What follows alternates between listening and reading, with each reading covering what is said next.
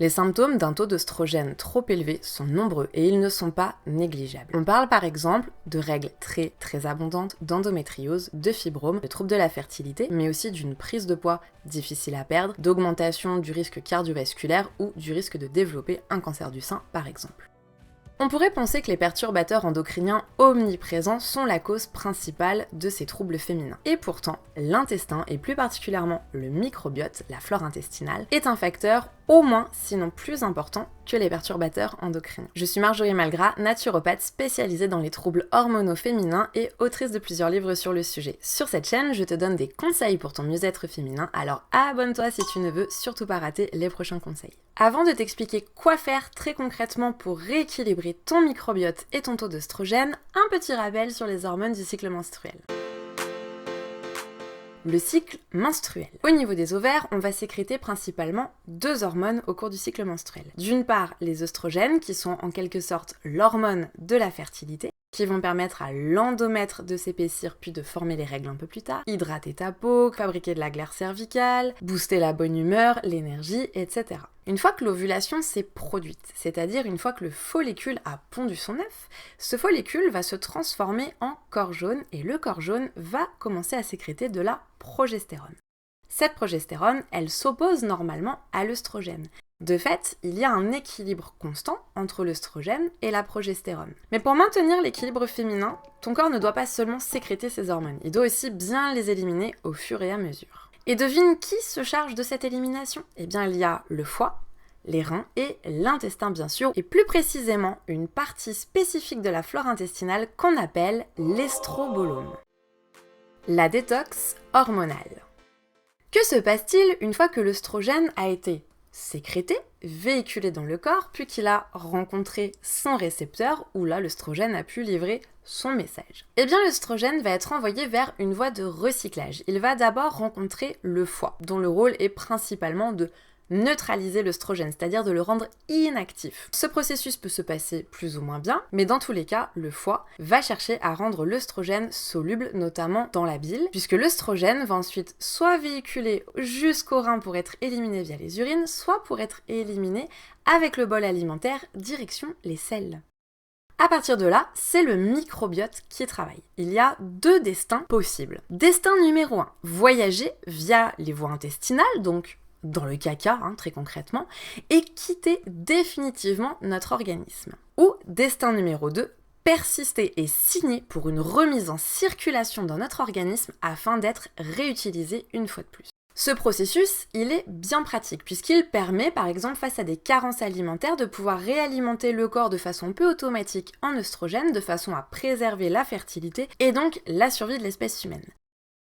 Le problème, c'est qu'aujourd'hui, dans notre mode de vie, il y a énormément de choses qui déséquilibrent le microbiome, la flore intestinale. Pour la plupart des femmes, beaucoup trop d'œstrogènes sont remis en circulation. De base, on n'a pas tous et toutes la même flore intestinale. On n'a pas chacun les mêmes bactéries, virus ou petites levures qui participent au bon fonctionnement de tout notre organisme en général et pas seulement de l'intestin. Alors voici quelques petits exemples de choses qui vont influencer ta flore intestinale et sa capacité à te détoxifier de tes œstrogènes trop élevés. Ton patrimoine génétique, le fait d'avoir été allaité ou pas étant bébé, les personnes avec qui tu partages tes repas, le fait de prendre certains médicaments, ainsi que tes habitudes alimentaires. Et les habitudes alimentaires, justement, parlons-en. C'est un paramètre sur lequel tu peux avoir de l'influence et il ne faut pas le négliger.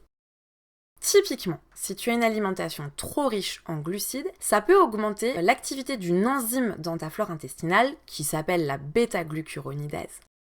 Et cette enzyme, plus son activité est élevée, plus elle va en fait réactiver les œstrogènes avant qu'ils sortent de notre organisme pour les remettre en circulation afin qu'ils soient utilisés une seconde fois. Malheureusement, plus nous avons d'œstrogènes dans le corps, moins nous sommes sensibles à la progestérone. Ce qui est bien malheureux puisque, comme je disais tout à l'heure, la progestérone, c'est l'hormone qui permet d'équilibrer le taux d'œstrogène. Et voilà comment simplement en consommant trop de sucre et de féculents tous les jours, on peut se retrouver à avoir trop d'œstrogène quand bien même la sécrétion à la base des deux hormones œstrogène et progestérone était correcte.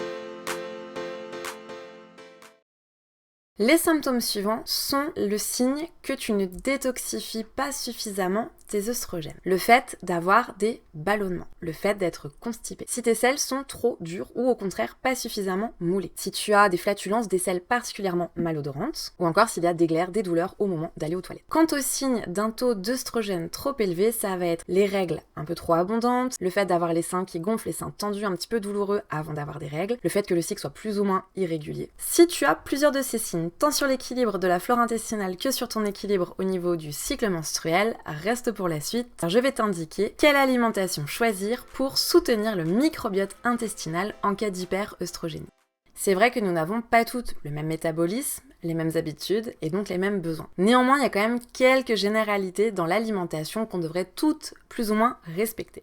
Par exemple, le fait que pour bien digérer et pour maintenir la flore intestinale en bonne santé, on devrait uniquement consommer des aliments qui se digèrent bien, pas trop différents, pas trop plein d'additifs, pas hyper transformés. Et puis, idéalement, il faudrait que la plupart de tes assiettes contiennent à peu près un tiers d'aliments riches en protéines, végétales ou animales, un tiers de féculents de très bonne qualité, par exemple des pâtes semi-complètes, du riz semi-complet, de la patate douce, du quinoa, du sarrasin. Là, l'idée, c'est de varier et d'aller chercher des choses où le sucre ne va pas passer trop vite dans le sang. Et puis, au moins un bon tiers de légumes, plus ou moins cuits, plus ou moins crus selon les tolérances personnelles, mais idéalement toujours avec du vert. Et enfin, une petite quantité de graisse qui va permettre notamment de fournir du cholestérol sous forme active qui va te permettre de fabriquer tes hormones, mais aussi de maintenir ta peau en bonne santé ou encore d'aller elle aussi entretenir une bonne flore intestinale. Donc là on va plutôt se tourner vers des huiles nobles à consommer crues, de la noix, du colza, du lin, de l'huile d'olive qui est toujours bienvenue et pour la cuisson on va prendre des plus petites quantités qu'on va essayer de pas faire frire, idéalement là de l'huile de coco ou du beurre. Puis il y a des choses qu'il va falloir essayer d'éviter au maximum parce qu'ils vont justement augmenter l'activité de la bêta-glucuronidase. Par exemple, les pâtes blanches, le pain blanc, le riz blanc, l'excès de légumineuses ou le fait de mettre une légumineuse plus une céréale au même repas. C'est intéressant pour la complémentarité en acides aminés, mais chez la plupart des gens, c'est très difficile à digérer et ça fait trop de sucre pour la flore intestinale. On va aussi éviter les jus de fruits du commerce, les fast-foods, la charcuterie, l'alcool, l'excès de produits laitiers de vache.